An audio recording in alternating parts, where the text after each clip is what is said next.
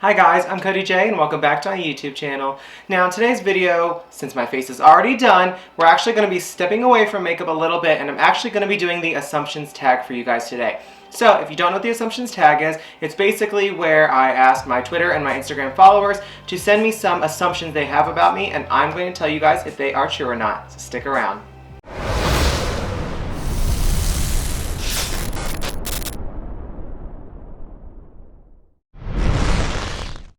Okay guys, real quick before I start this video, this look may or may not be familiar to you. I actually just filmed a video a couple minutes ago, so since I already had my full face already done, I thought I would knock out this video as well, because we're all about multitasking and using our time wisely on this YouTube channel. So if you're wanting to see how I create this beautiful green look, definitely go check out my last video, which should have been my straight friend does my voiceover video, which is hilarious. So if you have not already seen that, please go check it out. If you have, you'll know where this came from. So, for those of you who do not know, the assumptions tag is different based on what community or niche it's in. So for this one, being in the beauty community, I asked my Twitter and my Instagram followers the other day for some assumptions they had about me. Now, some of my followers have been ride or die followers since day one. Some people are newer, so I'm assuming that the newer people are going to have more juicy assumptions about me. You know, things that my older followers have already known about me or already know if it's true or not. So we are going to be reading through, I don't know, maybe 9 or 10 assumptions, kind of depends on how I feel and how time's looking, but I'm going to be 100% honest as always, so let's jump into it. Okay, assumption number 1 is, you're actually a lot older than you say you are. You say you're 25, but are you really older? I hope I don't look older than 25. I try to take care of my skin. No, I am not older than 25. 25 is unfortunately my real age. I wish I was back, in my super early 20s. I wish I would have started this a long time ago, but life happens, things happen. So here we are at the beautiful age of 25, owning it, rocking it, hoping that we become super successful before we hit 30. That's the plan. So no, I'm not older than 25. 25 is my age. Okay, the next assumption is, you actually went to makeup artistry school and you are licensed.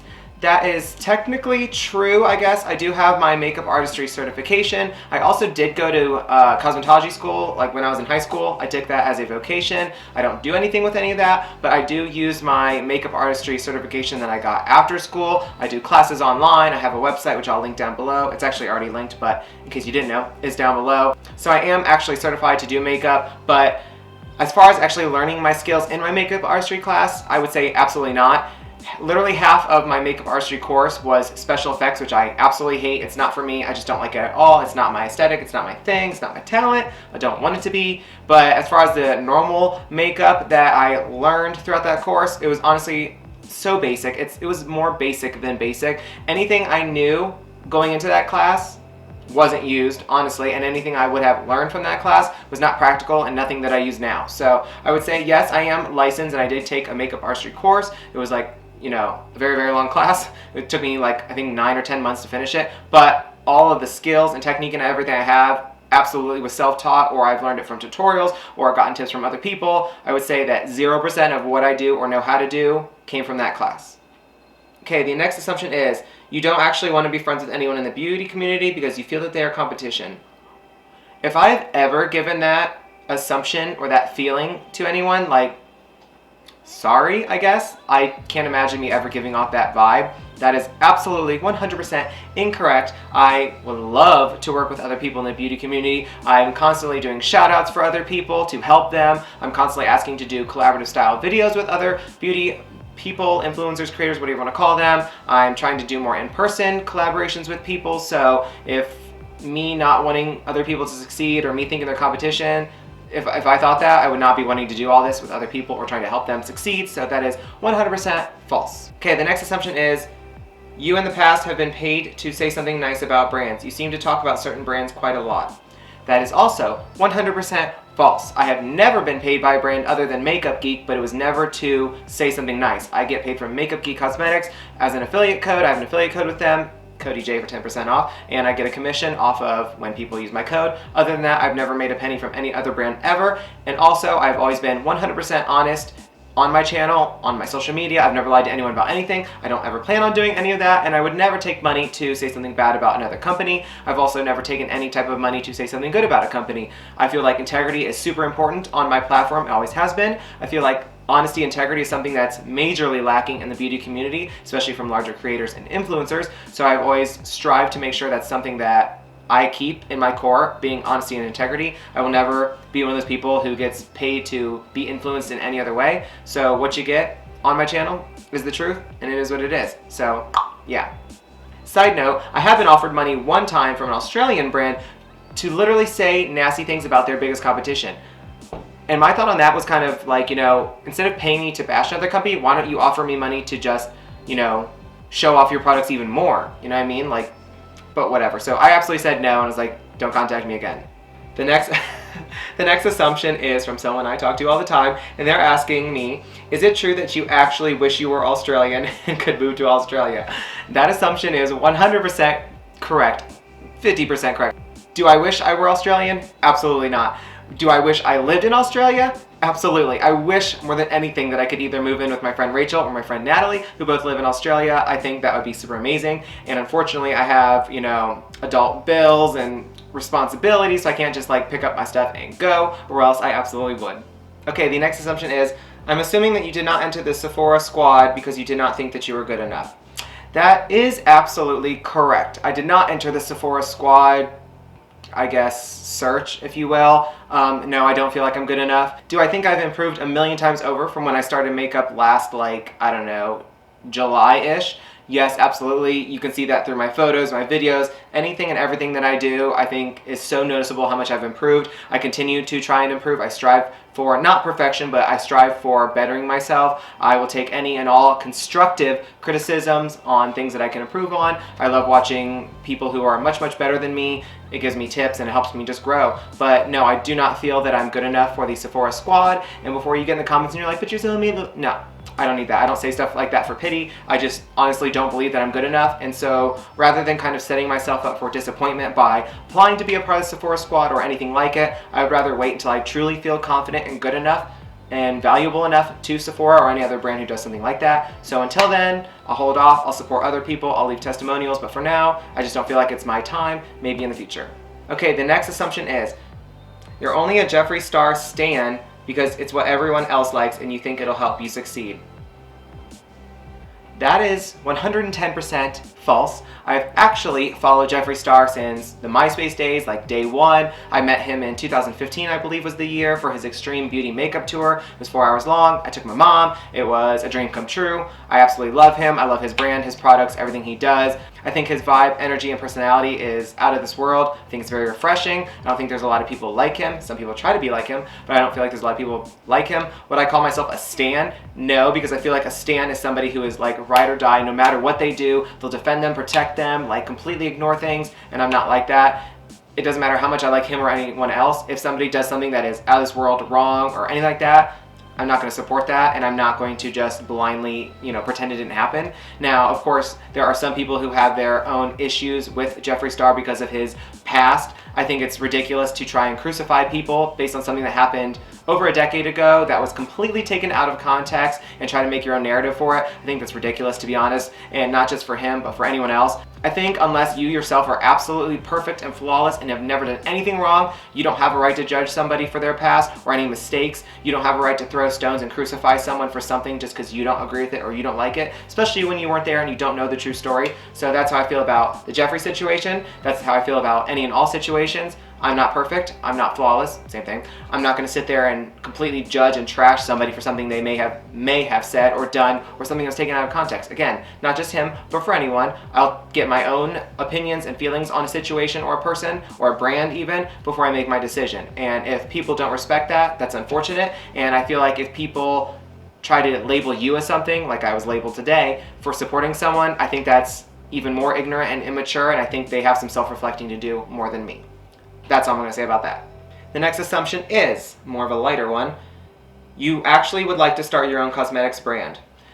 As of right now, no. I think the beauty community is extremely oversaturated with brands, including indie brands. I think the vast majority, not all, but the vast majority of indie brands that I personally have seen or interacted with are ones who use like third-party vendors and are private labeled, so they're not actually creating any of their own products, and a lot of people are having issues with that lately and thinking people are completely ripped off of another small, indie brand or whatever, when that's just not the fact. That's not the case. That's not actually what happened. They're just private labeled. Anyone can use that vendor and just slap their name on it. I don't personally want to be that person. I understand the benefit as far as it being cost efficient more than actually creating your own product and your packaging and everything. I understand that it is a good way for you to kind of get your feet wet and kind of experience what it's like to be a CEO or a brand owner or whatever you want to call it, and then maybe kind of step into creating your own products. I'm wanting to have some of my own products way down the road in the future. I wouldn't want to come out with something now and not really have a ton of people who follow me in the to begin with and not really buy any of my stuff. So maybe when I'm a lot more established and maybe have a larger following,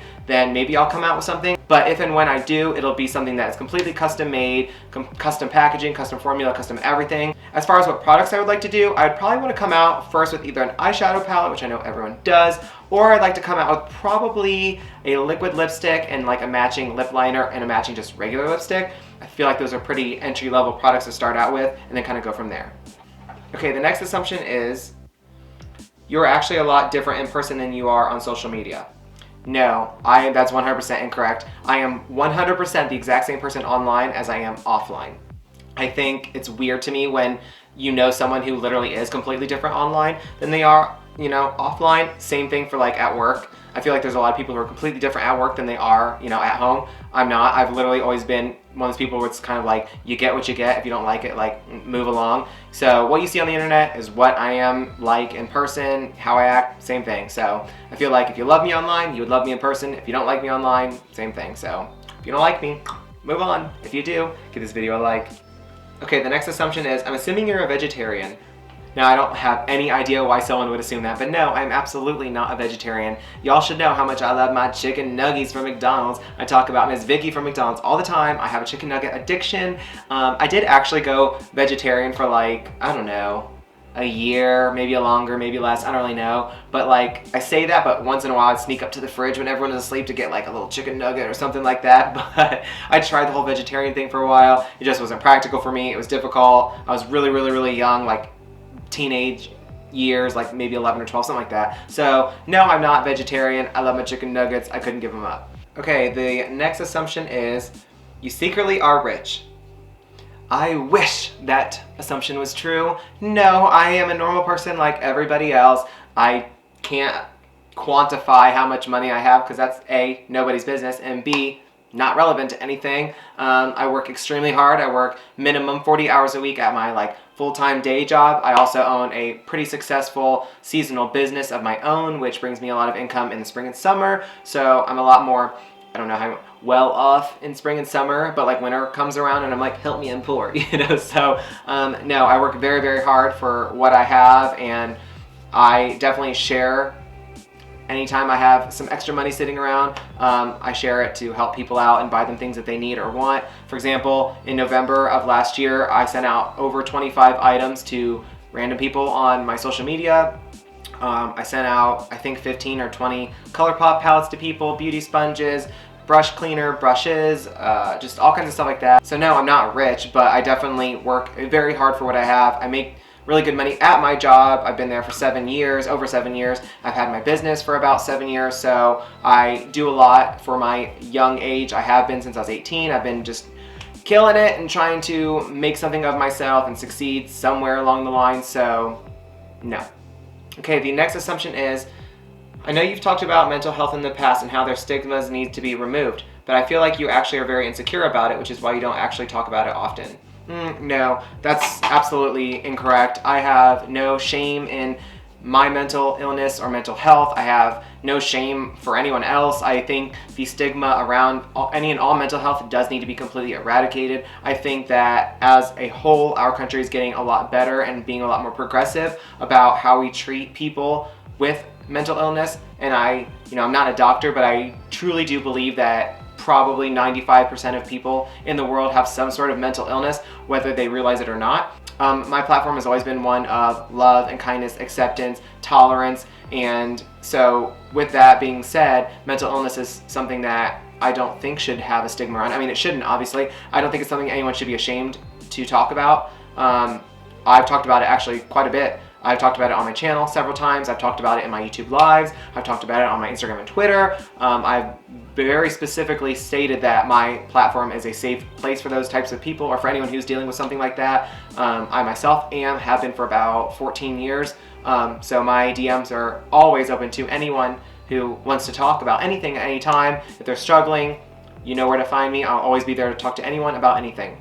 Now for me personally, since we're talking about it, if you did not know, I have struggled with severe depression and anxiety since I was 11 years old. I've been on and off medication for a while. Most recently, I have not been on anything for probably a year. I just actually started a new medication about a month and a half ago because my anxiety was getting very, very severe. Like, a lot of things were happening. You know, I was feeling a lot of ways. So I was like, you know what, I can't not be on something again, you know, or any longer. So made an appointment with my doctor, went, got a new medication, because, I mean, honestly, how can I preach about taking care of yourself when I wasn't even taking care of myself? So again, something super important, something you should never be ashamed of. If you need someone to talk to, I'm always here for you.